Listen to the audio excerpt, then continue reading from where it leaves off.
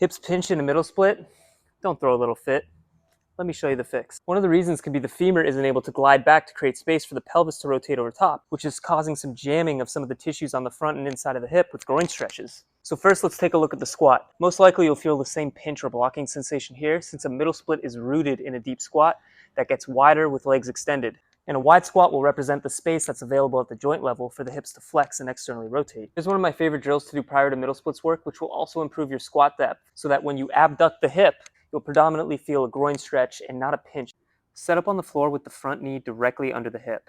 Pull the foot inward slightly and then anteriorly tilt the pelvis. Instead of sitting all the way back, which will actually remove tension from the glutes, leverage hip flexion by hinging your torso toward the ground, which will keep the line of force through the kneecap and drive the femur to the back of the socket. You should feel a nice deep stretch in the glute, but here's the important part. Push your knee down and back to fire the glutes as hard as possible. They should be shaking. If you're a bit more restricted in hip flexion, you can elevate your hands to keep your torso a little bit more upright. Aim to stay as light as possible with your hand support while keeping your weight shifted forward. Hold this for 3 reps of 20-second isometrics, then retest how your groin stretches feel after. If you're feeling restricted in your movement and you want to learn many strategies like this and the reasoning behind them, come to my workshop hosted at Delecki Strength in Sydney, Australia. You're not going to want to miss this.